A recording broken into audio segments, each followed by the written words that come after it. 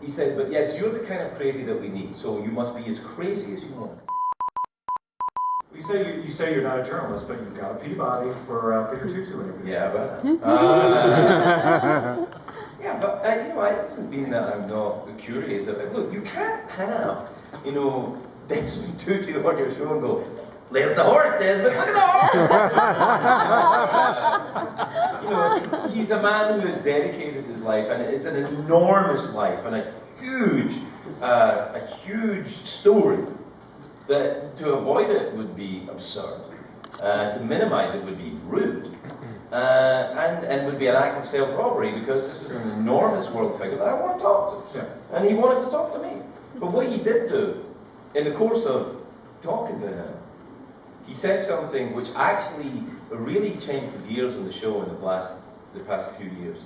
Which was, he said, "You are crazy." That's what he said. I said, "You've met a lot of crazy people." There's a couple of very bad crazy people that he's talked to and looked right in the eye, and he said, "But yes, you're the kind of crazy that we need, so you must be as crazy as you want." And so I am. Tutu said it was okay. Bishop Desmond fucking Tutu. So if they hold me up in front of the headmaster and the headmaster says, "You, Ferguson, you're behaving crazy," I'll go, "Talk to Bishop Desmond Tutu." Because he told me it was alright. Yeah. Well, you mentioned some other guests have surprised you. Anyone in particular who you weren't sure was going to be a great guest, but ended up you really had a great time with? Yeah, I think that happens quite a lot. Yeah. Yeah, I think. I hate to single it out. It's hard to single it out because you do one and then, an hour or two later, I'll say, "Oh, why didn't I say that?" But it happens a lot. It happens a lot. That's what I'm looking for when I talk to someone. I want them to open up. And so, and most of the time, I think most of the time people do. There's a spark or something. Whether it's fun or anger, that's okay. Whatever it is. Yeah. Let me ask you this: if say Moonvest calls you up and says, "Great, we found an extra, couple $1 million. Money's no object. You can do whatever you want to do with your show." You think that CBS don't have millions and millions of dollars? like they find it? They already have it. Yeah. What are you talking about? But earmarked for you. All right. $1 billion earmarked for you. Basically, money's no object. You can do whatever show you want to do. What would you do differently? Would you add anything? Would you? Yeah, of course I would. I'd just be careful. I'd just be careful what I was adding. I would add things that were appropriate. If money was no object, would I do a show from the moon? Yeah, I'll try it. But I don't. I wouldn't just throw money at it to make it look like everything else. I don't need to do that. Yeah, I'm all right. One of the things that you've also said is that you find the whole idea of the late night wars pretty ridiculous. You? It's what pays my bills. So I got to write about something, and apparently there's been a lot of that to write about in the past couple of years. I haven't noticed. You've managed to stay clear of all that, though. You don't play it out. Well, I'm aware of it. I don't see myself kind of as part of that. I don't. It was that Groucho Marx line, I don't care to be a member of a club that would have me as a member. Yeah. I don't see that as being my thing. Yeah. I do a late night show, because it's on late at night. But what other people decide to call it is outside of my control anyway. So I do what I do in the space that I have. Do I have ambitions for another time slot? Because you can ask me that if you want. I don't care is the answer. Right, you have ambitions for another time slot. I don't care. I personally think that the business of television is changing so much and so rapidly that time slots will become a ludicrous idea. It'll become like remembering a telephone number. And who the fuck remembers a telephone number? Right. You program it and you forget it. And that's, I think, where television is going to go at some point. But it doesn't matter to me personally, because I'll do what I do no matter what time you watch it. Like, you know, like when you watched all that YouTube stuff, which is probably illegal, you watched it all through the night, which is not when I'm broadcast. So you were watching me at a time that's not, you know, when I do stand-up shows, anyone in my audience under the age of 40 doesn't watch the show when it was out. Yeah. You know, they watch it all the time. Yeah. Is that, are you fine with that? Is it kind of... Well, I think for legal reasons I'm probably outraged by it. As long as it's safe and legal. Yeah, it's not my job. I'm not the policeman. You know, I'm the dancing clown. I don't decide in this. I have my own things that I care about. The infrastructure of television is not one of them. What do you make of social media? What do you make of Twitter, interacting with fans, and sort of how close now you can be with your viewers? It's okay. It's okay. I'm cautious about it because I think that for most people, that they understand what it is. I think that, you know, it's kind of like, but for someone who thinks like me, if I have I think a stand-up comedian's mind. So if I go and look at a room full of people, what I'm looking for is the person who hates me. And social media is the same. You know, like I'm looking for trouble. And I'm tired. I don't want to hear your fucking opinion. I either like it or don't like it. You watch, there's so many things you can watch. You know, do we need to have a discussion about it? You know, if you don't like me, don't watch me. No, it's okay. I'm cool. Yeah. You know, it's fine. Yeah. It doesn't have to get personal. But you see, it isn't. I think mostly. I think most people understand it. I think most people in this room probably understand social media much better than me. But I don't really understand it because I'm looking for. I'll scroll through my Twitter feed. Thousands of people who, oh, you're great, you're rock, you're I want to marry you, I love it. And then I find the guy, oh, you fucking suck, and I'm like, ah. And then I'm looking them up, I'm Googling them, and I'm sweating and thinking about what I'm going to do with this son of a bitch. And I don't want to do that anymore. You know? So whilst I don't think in and of itself it's bad, it's hard for me to use it properly. Sure. Well, let's get a little social right now. I think we've got time for a couple of questions. Wow, look, that was like Andy Williams right there. It's all about the sex. Yes, sir. The fan of the puppets. Hi, I've got a couple of questions for you, and basically the same question. Okay. I read your autobiography, and I found it very interesting. And there's the two questions are basically that you're an amazing conversationalist on TV, and one of the funny things about, of course, about Americans is that they're perceived as so loud abroad, but really we kind of value the strong, silent type. And it's amazing to me to see you pulling great conversations out of people. And the other part about it is that, do you think that you're being an immigrant and being, but simultaneously so pro-America, I mean, the tattoo and everything, does that allow you to sort of skate a thing of being sort of critical of America when you want to be? And Americans don't like other people criticizing them, and you get away with it in a way that I've never seen anybody on TV get away with before. And I'm just wondering if you think about walking that line, or is it just something you do instinctively?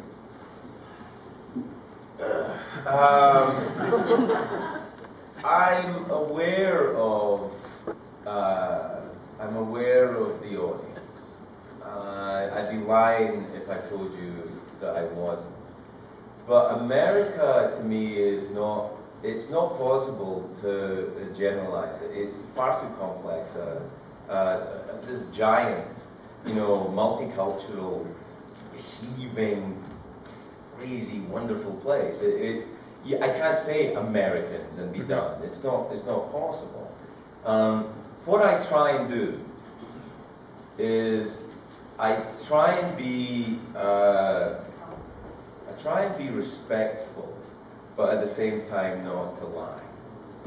So I get uncomfortable with jingoism, but at the same time I'm not going to hide if I feel good about something. because jingoism and cynicism taken too far, kind of, like, ends of the spectrum. So I kind of try and be careful.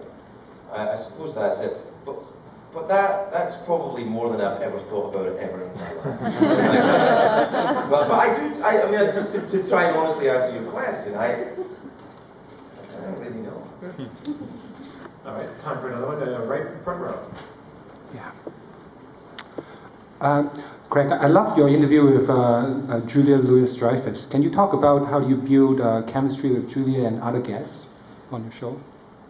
Well, Julia is a very attractive, funny woman, so I don't really have to do much. I just like, I don't know if you know this about me, but I really like attractive, funny women. So it's very easy for me to talk to them. I see them, they start talking, I'm like, yeah. It's just great. It's just not difficult. I mean, some attractive, funny women, I'm sure I creep them out. But she doesn't seem in any way intimidated by me, and I don't think she is. She's a lovely woman and very funny. I think he's the guy who put the videos up that I watched. Yeah, right. Don't blame me. Question back here. Sorry. It's not really a question, but just thought you should know. I'm from Banff, and it was in 1883 that two Scots climbed into a stinky cave and found hot springs here, and that was the start of Banff and the whole Canadian Banff National Park System. So thank you. If you know anything about me, I'll always find a stinky cave. Also, not a question. I'm Karen Sorensen. I'm the mayor of Banff. Welcome. Can you take him to the stinky caves? Well, You can. because he likes funny women. That's like women. Just to add to Jeff's comment, Banff was actually named for Banffshire, Scotland. I know. Yeah, because of the way our two rivers are like the way your two rivers. So, but anyway, thank you very much for being here. We're thrilled that you're in our community. We're thrilled you're all in our community. Thank you. So, I have to say, only in Canada would the mayor sit 2 rows back.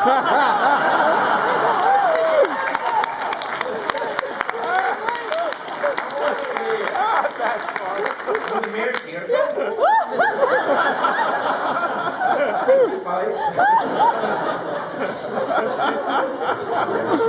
Question back here. Who are your comic influences? I mean, you just have such an eclectic style. What did you grow up? What did you watch when you grew up? What were the things that really sort of resonated with you from a comedic standpoint? I think, for me, anything that was absurd and warm.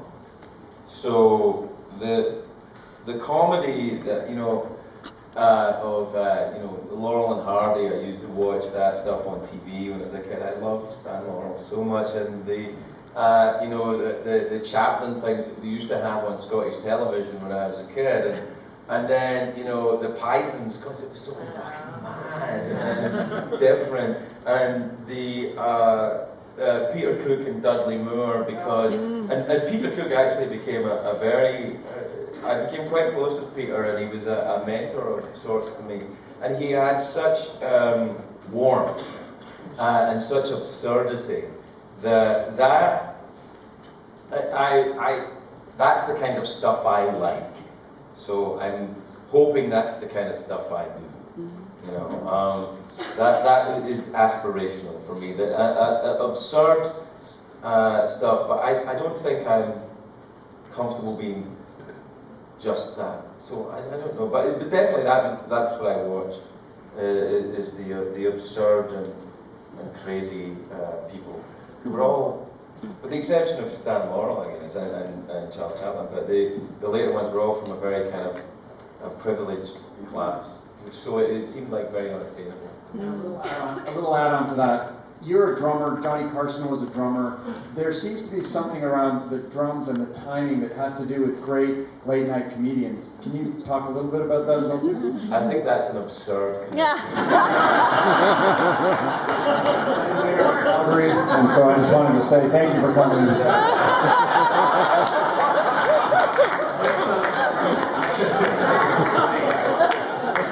Let's talk about Sir Peter Ustinov real quick. Since it's Okay. obviously an award that you've been given, and you've met him before. And I did meet Sir Peter Ustinov once. It's a fascinating story, and here's how it goes. I was a fan of Sir Peter Ustinov, and my mother loved him. And, no, what should I have? I don't know if they went to the cave. Yeah, I just said the cave. I think saying Stinky Cave was too much, but then you said it, and now it's out. I'm your sidekick. Yeah, all right. The story is, I was staying at the Caledonian Hotel in Edinburgh when I was working there a long time ago, 20 years ago maybe. And I went into breakfast one morning and Sir Peter Ustinov was in the breakfast area having his breakfast. And I saw him and I said, Sir Peter Ustinov. So I said, good morning. And he said, good morning, try the bacon. And I said, okay. And that was me and Sir Peter. And here we are, full circle. Back in the land of bacon. We have another question back there. Can I ask you about the uncomfortable silence and the harmonica and where that stuff came from?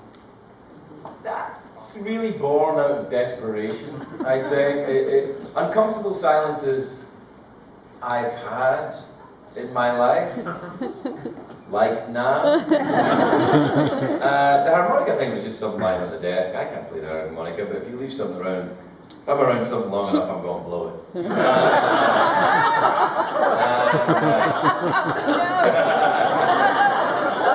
Make yourself laugh right now. And then, Stephen Colbert said this very well about these shows. You do a show every night, you're going to use everything you have. Everything.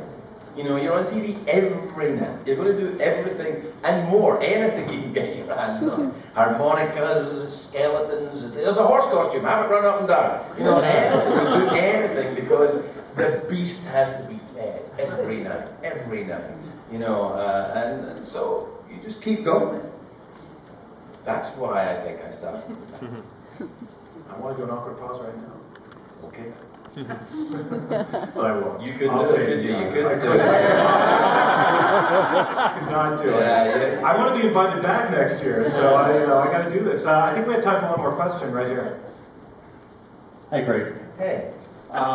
Given your desire to write screenplays in the past, now that you've been on the late night show for so many years, do you still have that desire? Yeah, I still do it. I've written a screenplay which, all being well, will go into production in the last quarter of this year. It's a movie called Last Man Out, based on a book called The Ghosts of Belfast by Stuart Neville, an Irish writer. And it's a very, very dark story of murder and revenge set in Northern Ireland. It's not common.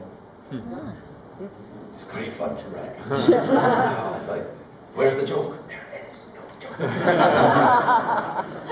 So they're giving me the wrap-up sign. So, Really, I usually ignore that. Do anything you want, but what are they going to do?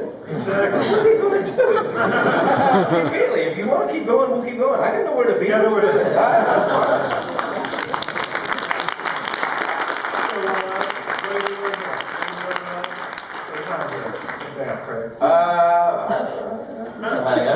See if I can find the cave you guys